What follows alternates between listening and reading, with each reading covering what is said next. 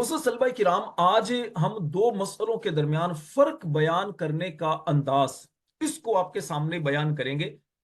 इसके लिए सबसे पहले तो इंशाअल्लाह हम देखते हैं किताब नूरुल इज़ा।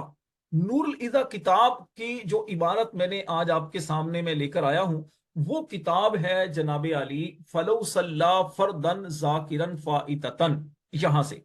क्योंकि ये पैराग्राफ इसलिए मैंने मुंतखब किया कि इस पैराग्राफ के अंदर दो मसले बयान किए गए, लेकिन दोनों मसले मिक्स बयान किए गए। अब इनको अलग किस अंदाज से करना है, ये एक उस्ताद के लिए बड़ी अहम चीज होती है। एक उस्ताद के लिए सबसे अहम चीज ये होती है कि वो इस चीज को पेश नजर रखे कि मैंने तलबा को किस अंदाज से बयान करना है। अच्छा, सबसे पहले ये बात, जैसे आप सबक पढ़ाने लगे तो इससे पहले ये चीज आपके जहन में होना बहुत जरूरी है ताकि आपको बात समझने में आसानी हो कि साहिब तरतीब क्या होता है, कौन होता है। साहिब तरतीब वो शख्स होता है कि जिसके जिम्मे कोई भी कजा नमाज ना हो, यानी कजा नमाज उसके जिम्मे बाकी ना हो, वो साहिब तरतीब होता है। या फिर उसके जिम्मे पांच नमाजों तक की कजा उसके जिम्मे हो, यानी छह से कम उसके जिम्मे नमाजें अगर हो तो वो साहिब तरतीब कहलाता है। अगर आप शुरू के अंदर देखें तो छह नमाजों से कम अगर उसके जिम्मे जैसे कजा नमाजें हो, पांच नमाजें हैं, चार हैं, तीन हैं, दो हैं, एक हैं, तो वो साहिब तरतीब कहलाता है। साहिब तरतीब के लिए बुनियादी मसला यह है कि वो जब तक उसके जिम्मे फर्ज नमाज बाकी है, वो आगे जो क्या कहते हैं कजा नमाज, जैसे तीन चार पांच कजा नमाजें उसके जिम्मे बाकी हैं, तो आगे वो वक्ती नमाज वो ना पढ़े। वो वक्ती नमाज ना पढ़े, वो वक्ती नमाज पढ़ने से पहले जो कजा नमाजें उसके जिम्मे बाकी है ना, वो नमाजें पढ़े। उसके बाद फिर वो वक्ती नमाज पढ़े। अगर वो नमाजें उसके जिम्मे बाकी हैं, इसकी मौजूदगी में याद होते हुए अगर उसने फर्ज नमाज पढ़ ली, वक्ती फर्ज नमाज पढ़ ली, तो अब उसकी जो बाकी नमाजें हैं ना, वो नमाजें क्या हो जाएंगी, उसके जो फर्ज हैं वो बातिल हो जाएंगे। ये एक मसला है, ये आपने समझाना है। ये पहले समझा दिया, अब आप चलेंगे आगे मसले उसकी तरफ। अच्छा, इबारत, एक तो मैंने जो पहले भी आपको तरीका बयान किया था सबक पढ़ाने का, समझाने का तरीकाकार क्या है। एक तरीका तो यह है कि आप इसका पहले से खुलासा बयान कर दें। जैसे मैंने आपको दो मसले बयान कर दिए, एक तो साहिब तरतीब की तारीफ बयान कर दी, और फिर एक मसला इसी से मुतालिक वो बयान कर दिया कि साहिब तरतीब यानी कि पांच नमाजें या पांच हैं, या इनके छह से कम नमाजें जैसे हैं, पांच हैं, चार हैं, तीन, दो वगैरह, एक वगैरह, उसके जिम्मे अगर बाकी हैं तो उस वक्त तक वो फर्ज नमाज नहीं पढ़ेगा, यानी वक्ती नमाज नहीं पढ़ेगा। इसकी मिसाल यूं समझिए कि जैसे किसी बंदे की जोहर की नमाज कजा हो गई, ठीक है। फर्ज करें आज जोहर की नमाज आपकी कजा हो गई, असर का वक्त आ गया। असर का वक्त आया, आपको याद भी है कि मेरी जो जोहर की नमाज है वो जोहर की नमाज मैंने नहीं पढ़ी। अब आपने असर की नमाज पढ़ी, असर पढ़ी, मगरिब पढ़ी, इशा पढ़ी, अगले दिन की फजर और जोहर, तो ये हो गई पांच नमाजें। अब पांच नमाजें जब आपने पढ़ी, अगर पांच नमाजों तक आपने क्या किया, वो नमाजें पढ़ ली, तो ऐसी सूरत में जनाब मसला ये होगा कि पांच नमाजें जब तक हैं तो आप साहिबे तो आपके लिए क्या, अब ये नमाजें, जो पांच नमाजें ये आपकी मौकूफ हैं, ये पांच नमाजें मौकूफ हैं। अच्छा, अगर आपने इन पांच नमाजों से पहले ही, इन पांच नमाजों को या पांचवी का वक्त निकलने से जोहर का, अगले दिन की जोहर का वक्त खत्म होने तक, इनके आगे असर का वक्त शुरू हो जाएगा अगले दिन का, तो अगर इससे पहले ही आपने क्या कहते हैं कजा नमाज पढ़ ली, जो नमाज आप छोड़ चुके, यानी पहले दिन की, जैसे आज के दिन की हमने फर्ज किया था जोहर की नमाज नहीं पढ़ी, ये आपने अगर पढ़ ली, तो अब क्या होगा कि आपकी बाकी सारी नमाजें वो क्या हो गई, नफिल हो जाएंगी, जो पांच नमाजें या चार नमाजें आपने पढ़ी। और अगर आपने नहीं पढ़ी, बल्कि आपने पांच नमाजों तक आपने क्या किया,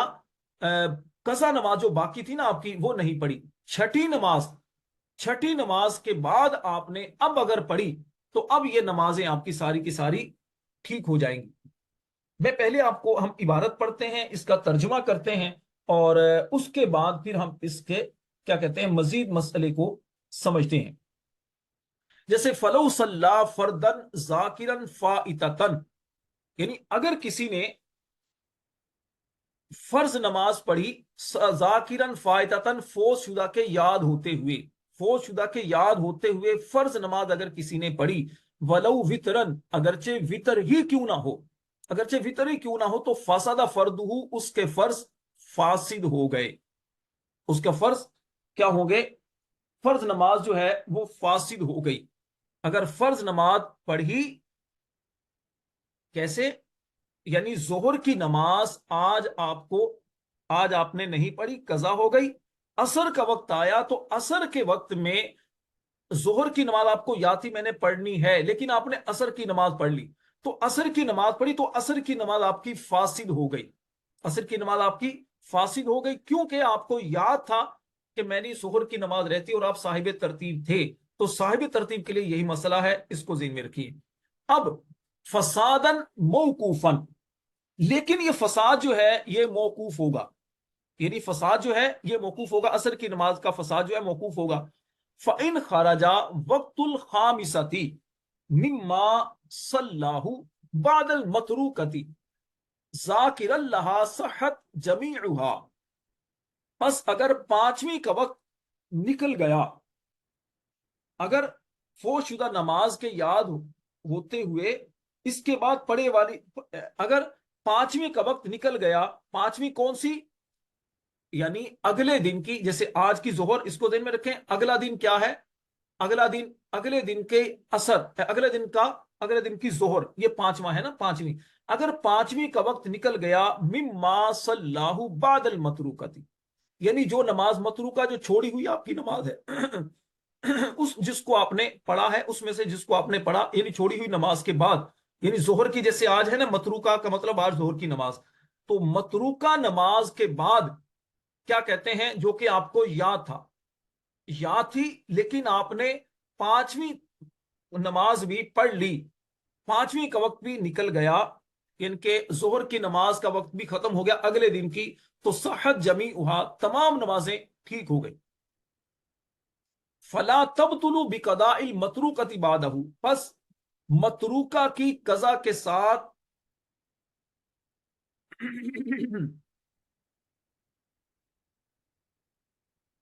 یعنی اس کے بعد فوت شدہ نمازوں کو قضا کرے تو یہ باطل نہ ہوگی، یعنی اس کے بعد، یعنی اس کے جو پانچویں نماز جو ہے، اس کے بعد اب فوت شدہ نماز جو آپ کی ہے، اگر آپ اس کو قضا کریں گے، جو آج ظہر کی جیسے تھی، اس کو آپ پانچ ختم ہونے کے بعد اب اس کو اگر پڑھیں گے تو وہ جو ہے وہ باطل نہیں ہوگی۔ اچھا، وَإِن قَضَى الْمَتْرُوكَةَ، اور اگر متروکہ کو قضا کر دیا، یعنی کہ اس کو پڑھ لیا، متروکہ کو پڑھ لیا، قبل خروج وقت الخامسۃ، پانچویں کے وقت نکلنے سے پہلے، پانچویں کا وقت یعنی اگلے دن جیسے ظہر کا وقت نکلنے سے پہلے آپ نے پڑھ لیا، تو باطل وصف ما صلاح متذکرا قبلہا، تو باطل ہو گیا وصف جس کو آپ نے پڑھا یاد ہوتے ہوئے اس سے پہلے، وصار نفرن، اور وہ نفل ہو گئی۔ مطلب یہ ہے کہ اگر پانچویں نماز کا وقت نکلنے سے پہلے چھوڑی ہوئی نماز آپ نے پڑھ لی، تو ان پڑھی ہوئی نمازوں کا وصف جو ہے وہ باطل ہو جائے گا، وصف باطل ہونے کا مطلب وہ فرض باطل ہو جائیں گے اور وہ نفل ہو جائیں گی، کیونکہ جو فوت شدہ نماز کے یاد ہوتے ہوئے اس سے آپ نے پہلے پڑھی ہیں، تو یہ نمازیں نفل بن جائیں گی، جو آپ کو شروع کے اندر میں نے بیان کیا۔ اب میں تھوڑا سا مزید آپ کو اس کا دوبارہ پھر بیان کر دیتا ہوں تیسری مرتبہ۔ دیکھیے ایک مسئلہ کیا ہے، ایک مسئلہ یہ ہے کہ مسئلہ یہ ہے کہ اگر کسی بندے نے ظہر کی نماز، اگر کسی صاحب ترتیب شخص نے ظہر کی نماز نہیں پڑھی اور عصر کے وقت یاد ہونے کے باوجود فوت شدہ ظہر کی نماز کی قضا اس نے نہیں کی، تو اب اس کی دو صورتیں ہیں۔ پہلی صورت، یہ دو مسئلے ہیں، اس کو فرق کیسے کریں گے؟ اگر عصر سے اگلے دن کی ظہر تک 5 نمازیں پڑھ لیں اور ابھی تک فوت شدہ نماز قضا نہیں کی، یعنی جو ظہر تھی، تو 5 نمازیں درست ہو جائیں گی، یہ ایک مسئلہ۔ دوسرا کیا ہے، اگر 5 نمازیں ادا کرنے سے پہلے اگر 5 نمازیں ادا کرنے سے پہلے فوت شدہ قضا کر لی تو اس سے پہلے جتنی وقتی نمازیں پڑھی ہیں ان کی فرضیت باطل ہو جائے گی اور وہ نفل ہو جائیں گے۔ یہ ہے دو الگ الگ مسئلے، میں نے 3 مرتبہ اس کو تکرار کیا ہے، اگر سمجھ آ گئی تو مجھے بتائیے، نہیں سمجھ آئی میں پھر دوبارہ کچھ اور آسان کر کے آپ کو سمجھانے کی کوشش کرتا ہوں۔